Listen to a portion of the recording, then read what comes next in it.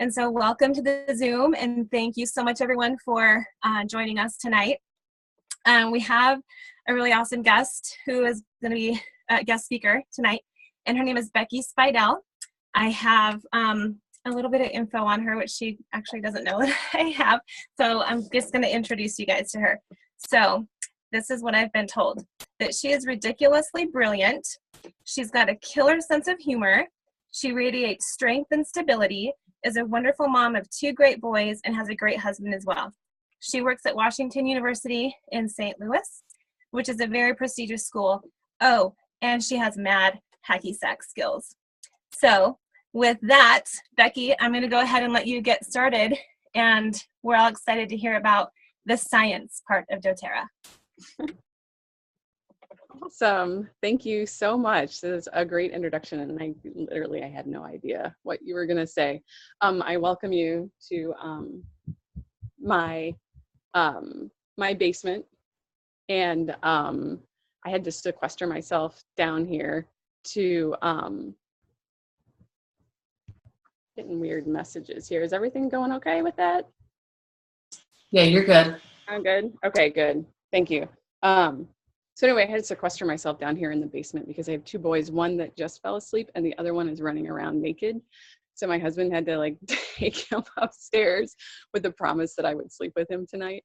And he's back. Anyway, so I thought I would start with my oil journey, like how I got into all of this stuff. And it was actually through Tracy Kennebeck, which some of you may know. She was my doula for my youngest birth, and he was 6 weeks old, and she was over for the 6-week checkup after his birth, and he was on his way to the colicky diagnosis for pretty mainstream pediatricians. But she wasn't there for that. We were just talking about the birth, and she was doing the placenta encapsulation thing. And she was like, "What's the deal with Charlie? Why is he screaming all the time?" And I'm like, "I don't know. They say he has colic." So she had used oils during the labor of the birth, and she had asked if I was open to using essential oils to help him out. And I was like, yes. I mean, I had tried the mainstream stuff. I had tried holistic stuff, and nothing was working. And so we literally got a bottle of olive oil out of our kitchen cabinet and did this and the thing like that. And she put some Digestin in my hands while my husband is pulling off the socks. Probably the only time Charlie has ever worn socks in his entire life was at the 6-week stage. And we rubbed the oils on his feet and nothing happened. And Tracy was like, "Well, I have to go." And so she left. And about 5 minutes after she walked out the door, he had the biggest fart, and his whole body just relaxed in a way that had never really happened in his entire 6 weeks. So we were sold. We bought at the time we got the family physician kit, I think is what it was. And I was just doing it off of just 6-week postpartum. This worked on my kid, so let's just find out what other awesome magic is possible for $150. But the thing that kind of kept me going with doTERRA and using the oils was the science behind it. I work at Washington University. I'm not a researcher by any means. I actually help pathologists write grant applications so they can get money for their research, which would be a whole other topic of information that you probably don't want to know about the scientific research that's done at medical universities. Anyway, my educational background is in anthropology, specifically archaeology, and soil science and weather. So I really like dirt, I really like thunderstorms, and I really like people and plants and how people and plants have evolved together over the hundreds of thousands of years. So kind of to bring this all back to the doTERRA stuff, what interested me, really got me kind of hooked and believing in the oils was the fact that not only did there seem to be some sort of magic voodoo that was working on my kids and me, there was also the science behind it that was valid. Oh, I have a cat attack going on over there now. We have this arrow garden with just the light on, just for light in general, and my cat jumped up there, and for a second I was like, what was that? Okay.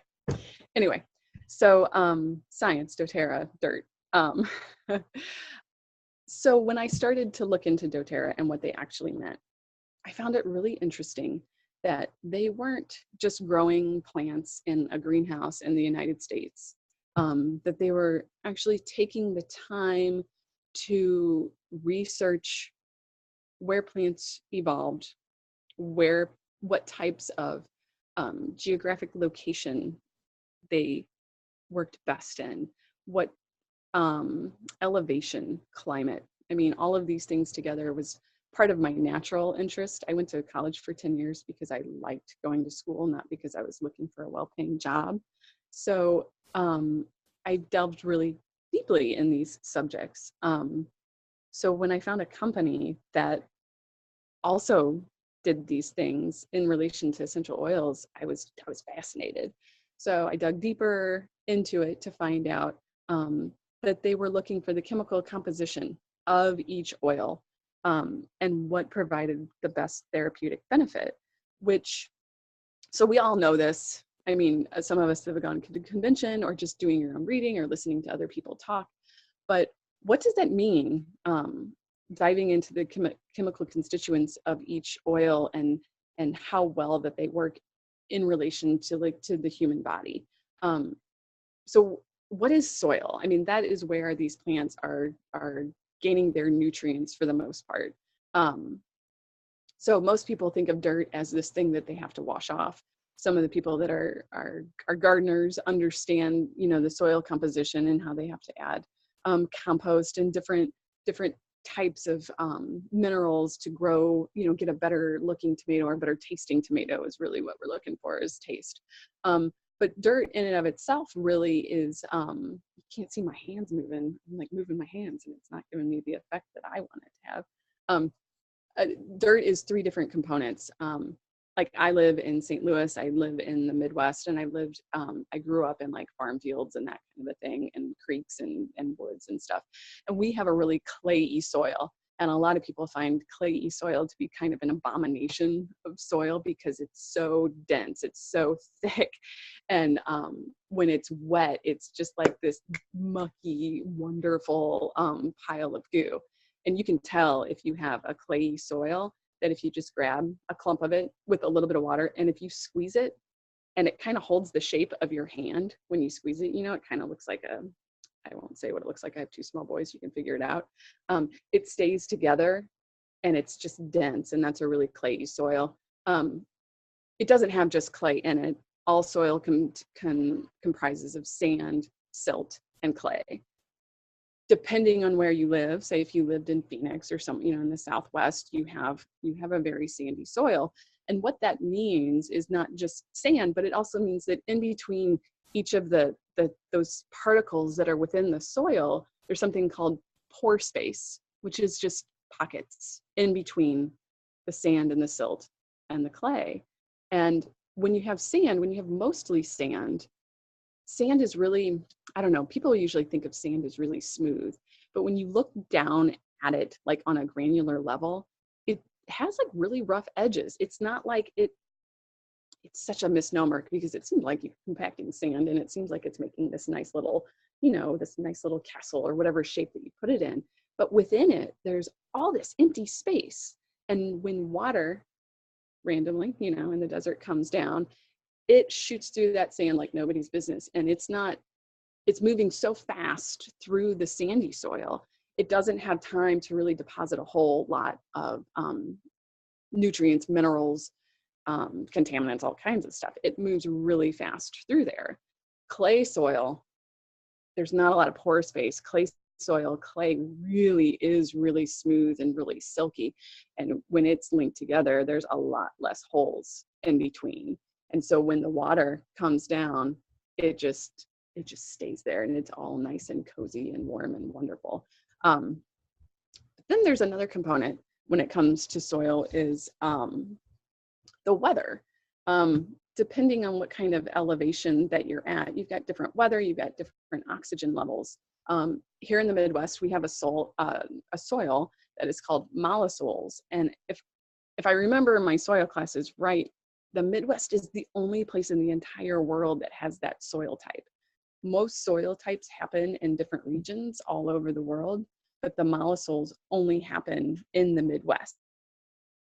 And the reasoning behind that is for the prairie lands, the grasslands that have really, really deep root structures, and that over eons and eons of time really fertilize the soil really well. The reason why it fertilized the soil so well is that when the wildfires, the prairie fires would come through, the grasses could survive it because their root structure was so deep.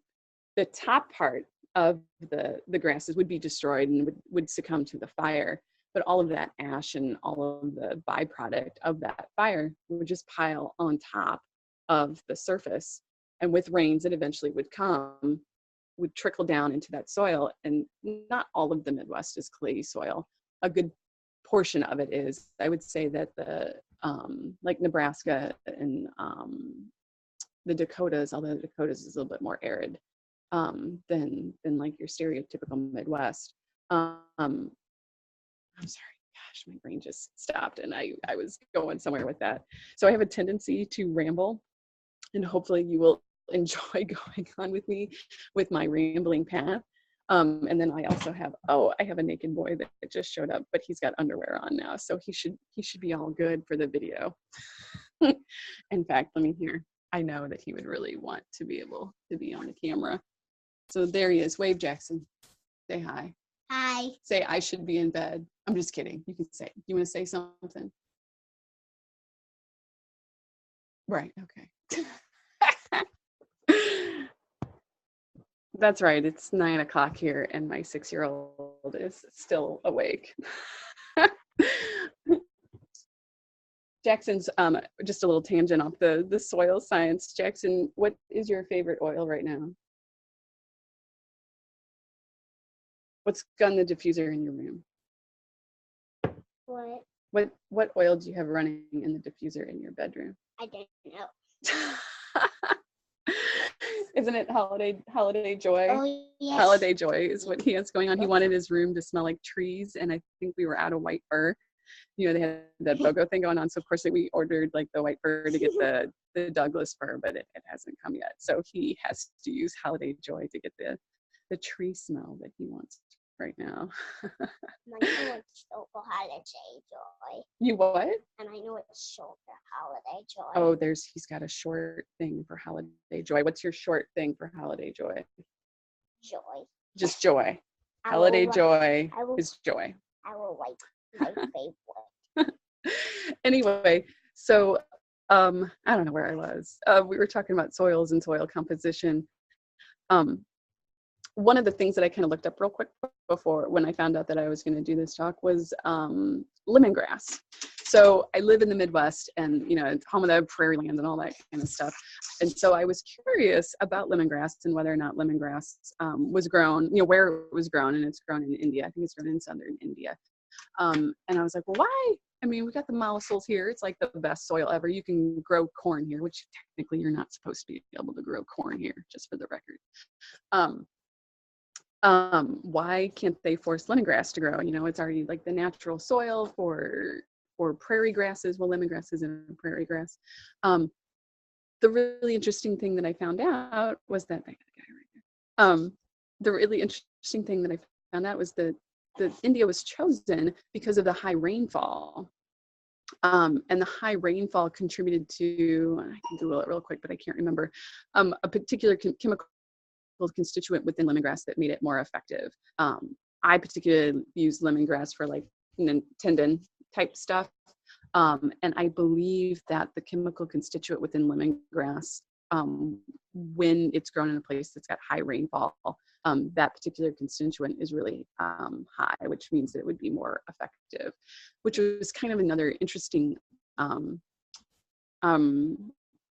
revelation of my own. Is I've always been really big on plants and where they evolve. And I realized that not all plants can be grown in a way to be harvested where they evolved, or it might not even be possible anymore. So what I found was really interesting was that doTERRA does research to find out where it can be grown, and still provide that therapeutic benefit that you're looking for. So not only if they can't find a location that works really good for like the evolutionary purposes of where plants are grown. So for instance, I don't know how, I mean, I think everybody in general is pretty familiar with evolution and how it works, but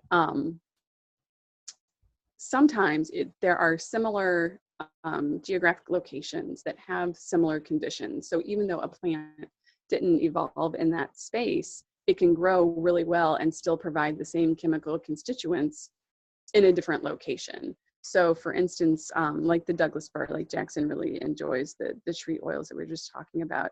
So the Douglas fir is grown in, I think at the natural place is Northern California, but doTERRA actually harvests them from New Zealand. And what I found really interesting about that scientifically was the fact that although they're in different hemispheres, Northern and Southern hemisphere, they are mountainous regions and they have very similar climatologic conditions that are going on. So although the Douglas fir is an invasive species in New England, it does really well because the geographic locations are so very similar to where it evolved from. And then that's kind of an added benefit of the Douglas fir in New Zealand because it's an invasive species. It can remove the species and try and help the ecosystem that's around it. If you are interested in soils and the way that plants respond to different ways of being coaxed into growing, shoot me an email or a Facebook message and I will try and direct you to the right place to just kind of learn more about that. It's kind of a rabbit hole of information. So if you're interested in that kind of earth science, soil science kind of things, I can definitely kind of point you in a direction about it. The other interesting thing I found was about the way that human beings kind of grew up around plants. It wasn't until about 10,000 years ago that people started farming for all intents and purposes, not like kind of the farming that we see today, but started to recognize this relationship between things that they could do to plants to kind of produce the effects that they're looking for. So for instance, like different types of wheat, there's something called the rachis, which is what makes the wheat kind of bendy or not bendy. And people started discovering that if it was more bendy, that it would survive winds and harsher weather climates, because although there's a climatology about the world and weather patterns, weather has never been stable in any way whatsoever. Weather is also another topic that I really enjoy, mostly because people just don't understand it at all. Scientists don't understand it. There's like this tiny little amount, but soil science a little bit more. So I've kind of rambled on for a good 20 minutes now. I would love to hear if anybody has any questions about kind of what I've rambled on about. See if Jackson has any more, short names for any oils. Just questions or comments or, oh my God, please shut her up. I can't stand listening to her talk about soils and ramble on anymore. So if anybody's got any questions or anything, please, let's have a conversation.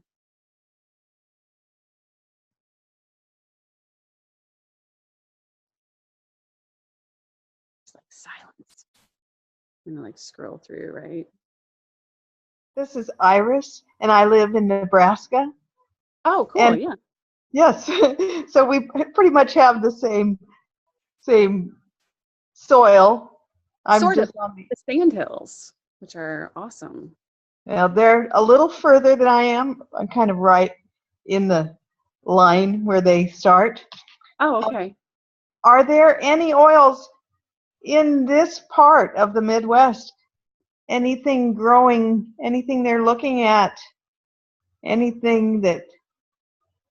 Yeah, anything that like we could like go and see or anything like that. I have not come across anything that they are growing specifically in the Midwest, which I find really interesting. And I think that if I was just to kind of like, I don't know, like make a guess on why that is, would be because there's such intense agriculture going on here.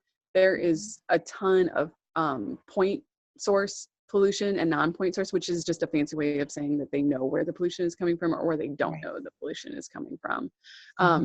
And although we have mollisols, which is like the deep, fertile, awesome soil, I don't think it's as great as it used to be quite honest. I mean, corn and soybeans like just have been stripping it dry because corn's not from here, you know, it's not the right place for it.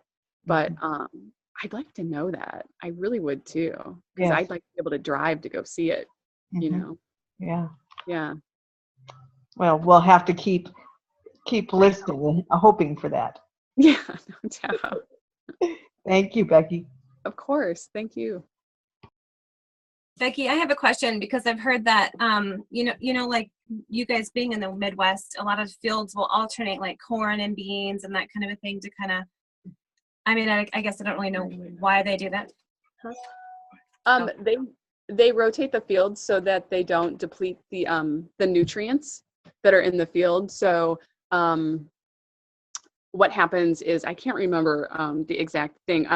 Like corn, I think, is a nitrogen depleter. And I don't know if it's soybeans or if it's more of like a root crop like carrots or something like that, but I don't think it's carrots because they don't rotate corn and carrots like back and forth. But so one is taking like a particular heavy nutrient out of the soil, and another one is putting it in. That's what the good farmers would do. The farmers that I think that most of us would identify as making like a good source of quality food. Most of the time though, the farmers, so they plant corn and they're, especially in the Midwest, they're putting in whatever pesticide, herbicide, whatever they need, along with nutrient dense spray, because they're forcing the food to grow. They're forcing the plant to grow. And once they spray it a certain amount of time, they've got to either let it lay fallow or they've got to bring something else in that doesn't need such heavy nitrogen going on. Because if you get too much nitrogen, that's a whole other huge problem that you've got going on. So that's why they rotate it. Go ahead. Oh, so when it comes to like essential oils and they're just growing, you know, just lavender or just Melissa or just, you know, like the lemon trees, like all that, and they're not alternating, do you know what I'm saying, for their to replenish nutrients and stuff. What, like, how do they I guess safeguard against like the soil from being like depleted of like the proper material that it has to ensure that the essential oils are going to be as amazing as they are? Does that make sense?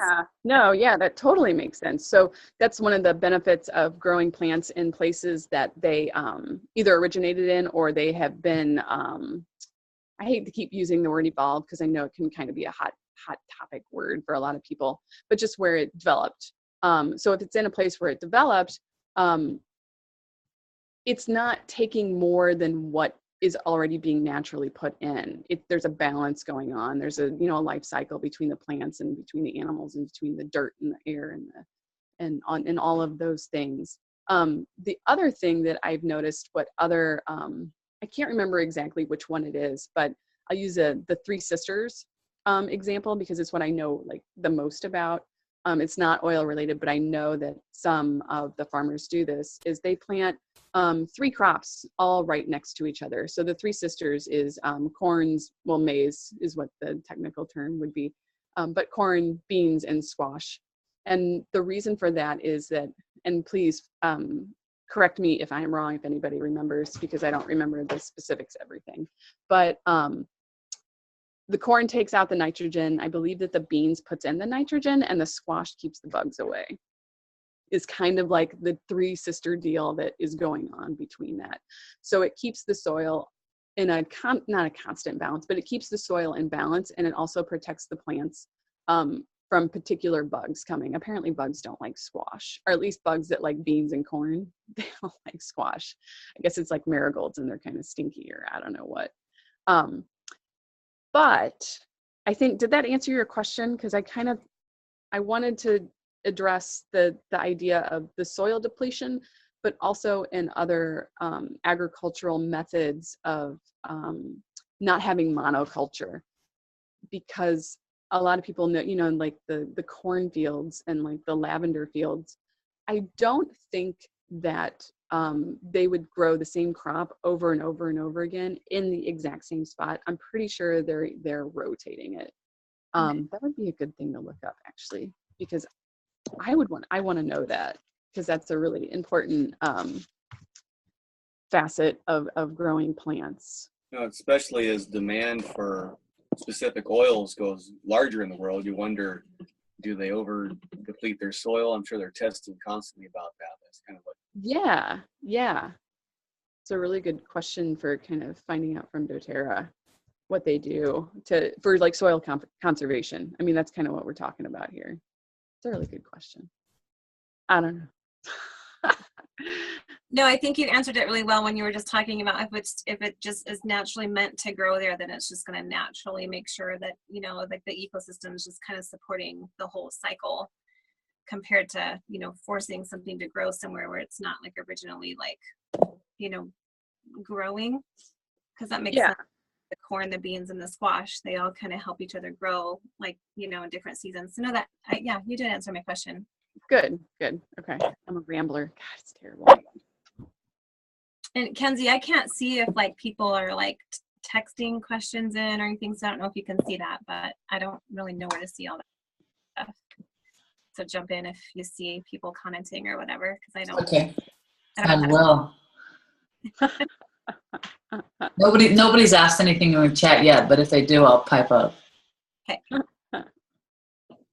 I know that Romeo told me that people were asking for science, and they were asking for science. And I picked the soil topic because it's one that I really like. But since so many people wanted to have like a science conversation, was there any other like science type stuff? Doesn't have to be like soil or dirt related or anything like that at all, but I'm not like, I understand a bit of the chemistry, and I understand a bit of the like the way that kind of like the way that the human body can recognize the, you know, the components within the essential oils and how it can utilize that. I kind of, you know, I know a bit about that, but not enough to have a conversation and to be dangerous, I'm sure. So I've been, because I know a lot of times people will ask me about like allergies to essential oils, and also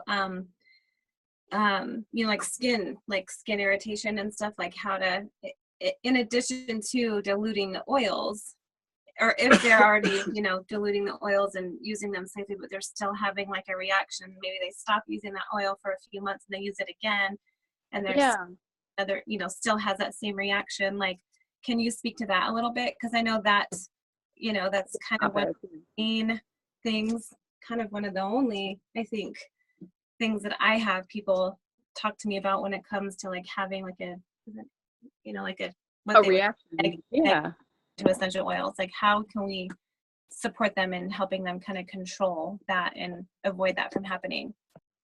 I would say, you know, I would kind of, I guess kind of like a counselor would like kind of throw that question back at them to find out what are you using the oil for, or where you're applying it. I wonder if I remember when I started using oils, you know, back when Charlie's going to be 4, and he was 6 weeks old, and people were saying, well, kind of akin to like, if it burns, then you know it's working. It was kind of like, if you're getting an irritation, then that just means your body's like, you know, it's purging stuff, and it's a good thing.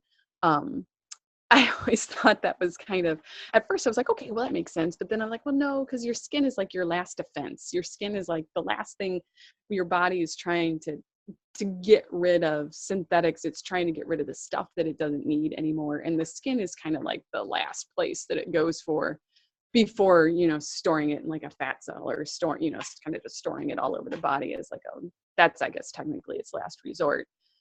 So I know for me personally, I tend to like to rub oils a lot on my neck. I don't know why, but I also notice that I get like kind of it's not really a rash, but I get like kind of bumps there. And I realize that, you know, the skin on your neck is really a sensitive skin. It's a really thin skin, and it's not like something, I mean, I go outside a lot, but I also have long hair. It's not something that gets exposed to the sun a lot. So for me, it's a really sensitive skin.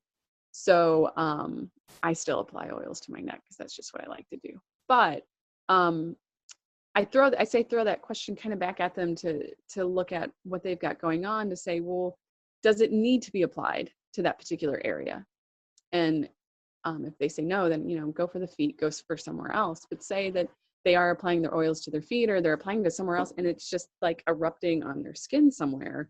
And from what I've understood more presently is that that's really an indication of something internal that's going on, and you need to back off for a little bit and address, like, most likely some sort of gut issue that you've got going on, which I find really interesting, that gut issues seem to erupt on the skin a lot. The connection between that, I don't really get. I know that there's been a lot of good discussions that I've seen in the past, like on some, like the rock stars, about people who have really dealt in like the autoimmune stuff and the gut issues and psoriasis and like all that skin type conditions that people have going on. So I think it'd be great if somebody on here is familiar with that stuff, that they could kind of chime in if they know what the link is between the two. But as far as I understand, it's the gut thing. Mm-hmm. I have those problems. I am of the 0.006% that have skin sensitivities. I took the oils straight for a year and a half, and then they started erupting rashes all over. So I went off them completely from April to July, and went back slowly, and dilute everything a lot, and also just apply to my feet mostly.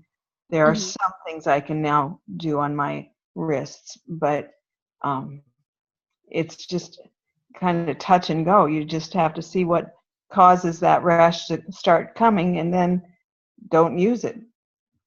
Yeah. Do you ever have like skin irritations that you know of from taking them internally? Yes, because I went to the doctor, probably 3 months into it, and she said, well, this is something happening internally. So it's almost always internally that causes those the skin sensitivities. So you're go ahead. no. So it didn't make a difference if you took the oils internally or topically. You were still having Right. Do you, once you were able to kind of slowly edge your way back into it, and you said that it was heavily diluted, did you still find relief from them? Oh, I always find relief from them. Yes. Yeah. I love those oils, and I don't want to quit using them. Yeah. So. I think that's a really like smart approach. Like I know I kind of take the dilution kind of, I don't know. I use them straight and I dilute them with the kids, but it's not like an exact, I don't go by the exact measurements. I kind of just do one of these and be like, that's about good. But I've read so much about people who have, I don't want to like guess what you might have going on, Iris, but I know I've read a lot of people who have chronic issues or have some really serious stuff going on, and they talk about how like just like one drop of really heavily diluted digestin on the big toe once a day, and that's it, to just slowly ease into it. And I kind of wonder, I wonder maybe that's just a really good way to start just in general. Right. It's a good idea. Yeah. Yeah. I think I'll try that. Thank you. I will too. Yeah, because in a 10 milliliter bottle, maybe 2 drops of Balance, and then almost all the rest of the bottle is FCO. Oh, wow. So there's not much there. No. And I can kind of take that on the bottom of my feet. Yeah. And gosh, the oils stretch a lot further that way, you know. Yeah. Yes. What about like diffuser? Do you notice a problem like with diffusing the oils? Say that again, please. Diffusing the oils. Do you have like a sensitivity to diffusing as well? No, that seems to be okay. Well, good. of course, loading oils into the diffuser. Some of them I get on my fingers, and then I have to go right away to wash them off. Yeah. Other ones, the sensitivity will start again.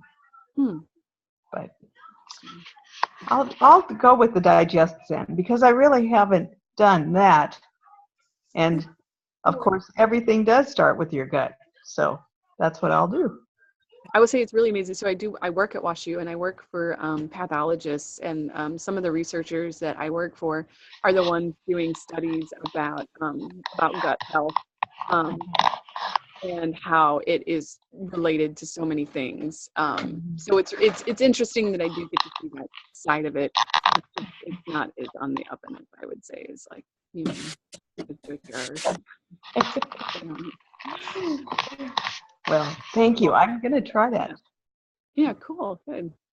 Hey, along the same topic line, I was kind of curious with those that maybe the first time they use an oil, they have a reaction in their skin, knowing that you know, the oils are supposed to be taken from part of the plant that doesn't come from the allergens and stuff like that. Can we then assume that it's like, okay, aim for the gut then if it's, you know, causing a rash or something like that on the short term? That's what I do, and that's what I understand. Yeah. Yeah, is trying to like unravel what's going on in the gut. I mean, it's a big place. And even since it's going through the skin, it's still going to your gut as a process, I guess. Huh? Yeah. Because almost everything goes through some part of, you know, like not necessarily like the small intestine or large intestine, but the liver or something. And your body uses the bloodstream to dispose of the waste, and that bloodstream is you know, it's going through veins and not veins, but hello. I'm trying to think of the right word. You know, it's running through the lower layers of the skin. So it is, when you sweat, that is a way for the body to get rid of waste, and sweat can come through all pores. So it's definitely a avenue for getting rid of whatever the body can't use. So unfortunately, God, it's just all about the gut, I think, and what we put in it, which for me, the problem is sugar. So,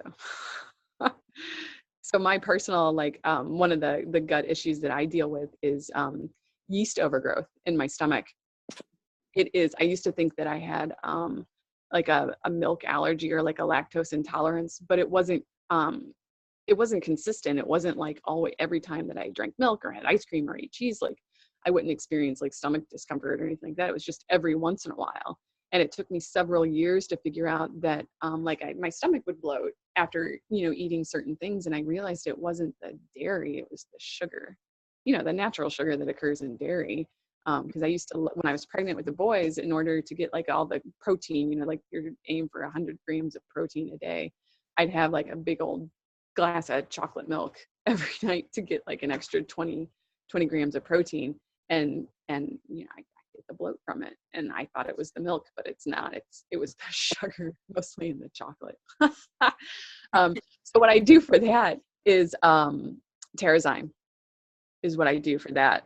And also Melaleuca, because Melaleuca is just it's a yeast killer. Like it's nobody's business kind of yeast killer, which is kind of nice. But the Terrazyme, I know like the PB Assist is really great probiotic, but it's the Terrazyme that really helps break down like all that extra gas and everything that comes from the yeast. So just a little random bit of my life.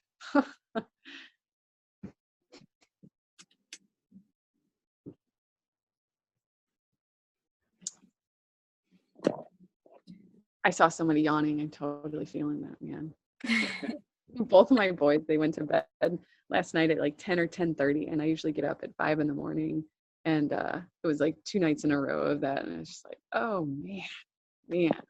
I pushed through like almost passing out tonight with my youngest. So now I'm doing pretty good. And unfortunately, I'll probably be up for a while. So does anybody have any other questions?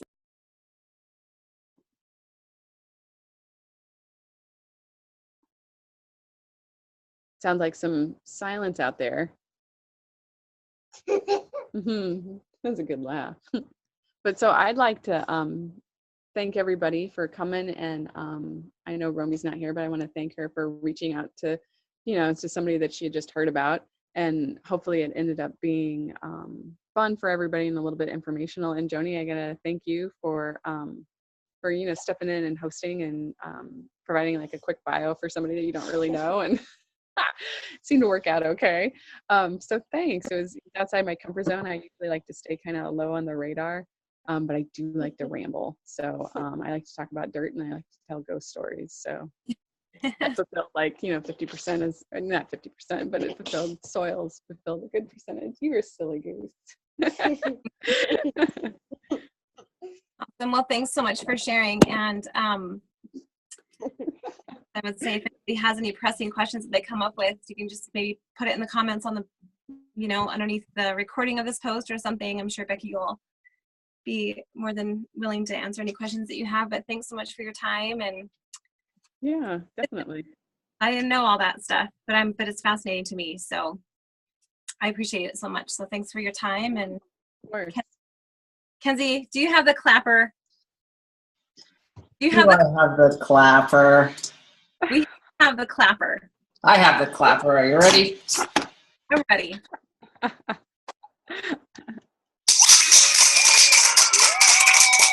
Thank you, Becky. Oh, you're done doing your clap too. Jackson was clapping along. Kenzie's also in charge of the giveaway. So Kenzie, I'm going to let you tie this up and then we'll congratulate our winner of that too. Cool. So we're giving away an On Guard tonight, a 15 mil On Guard, and the winner is Cindy Jones. Woo! Hey. So congratulations, Cindy Jones. Thank you, Cindy. Bye. Cindy, will you just send me your address, please, and or you can send it to Romy, and I'll get that in the mail for you. All right, cool, guys. I think we're good to call it night. All right, have a good one. Yeah, have a good one. See ya. Becky.